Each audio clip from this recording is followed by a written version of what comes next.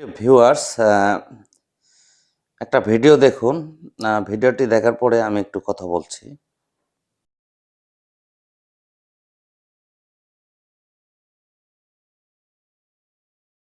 দেখলেন 1971 সালের মহান স্বাধীনতা যুদ্ধে যে 7 জন বীর শ্রেষ্ঠ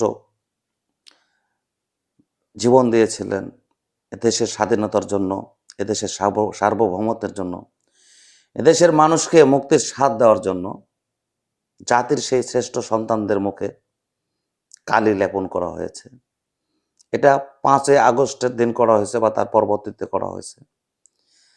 সেটা বড় কথা নয়। মানুষ হয়তোবা ভুল করতেই পারে, মানুষকেও ভুলের ঊর্ধ্বে নয়। কিন্তু 5ই আগস্ট পরবর্তী এখন যে সরকার ক্ষমতায় আছে বা ক্ষমতায় চলমান, তিনি তো মুক্তিযুদ্ধের সরকার, মুক্তিযুদ্ধের পক্ষের সরকার। কারণ আমরা জানি প্রেসিডেন্ট জিয়াউর রহমান একজন সেক্টর কমান্ডার ছিলেন। তার এই সুযোগ্য সন্তান তারেক রহমান এখন বর্তমান ক্ষমতায়।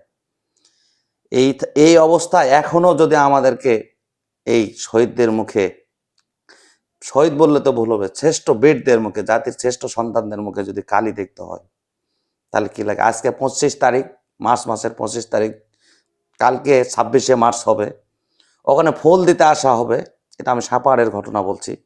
সাপাহারের স্মৃতিসৌধে যে স্মৃতিস্তম্ভ আছে, সেই স্মৃতিস্তম্ভে এই অবস্থা। আমি প্রশ্ন রাখতে চাই, আমি বলতে চাই, এই যে স্মৃতিস্তম্ভের পাশে জাতির শ্রেষ্ঠ সন্তানদের মুখে কালি, আর সেই কালিকে সামনে রেখে, সেই ছবিগুলোকে সামনে রেখে আমি আগামীকাল 26শে মার্চ উদযাপন করতে যাচ্ছি, সেখানে ফুলের মালা দিতে যাচ্ছি। এটা এই জাতির শ্রেষ্ঠ সন্তানদের কাছে আমরা করছি না, বেইমানি করছি না, বা তাদেরকে আমরা ভৎসনা করছি না, বা তাদেরকে অপমান করছি না? আমার তো মনে হয় আমরা তাদেরকে অপমান করছি। এটাই কি তাদের প্রাপ্য ছিল? অন্যায় করতে পারে, অন্যায় যে করছে তার পানিশমেন্ট হোক, অন্যায় যে করছে তার শাস্তি হোক, কিন্তু এই জাতির বীর শ্রেষ্ঠ ছেলেরা এরা কি অন্যায় করেছে? এটাই যদি অবস্থা হয়, তাহলে আগামী দিনে দেশের জন্য কেউ লড়াই করবে না।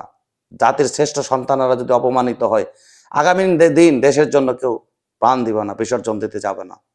কারণ এদের প্রাপ্তি হলো সম্মান, আর সেই সম্মানটুকু যদি আমরা দিতে না জানি, তাহলে আমাদের ভাগ্যে যে কি আছে একমাত্র আল্লাহ জানে। তো জাতির শ্রেষ্ঠ সন্তানদের মুখ থেকে এই এই কালিগুলো যত দ্রুত সরানো হোক, এটা আমার দাবি। আমি জোর দাবি জানাচ্ছি।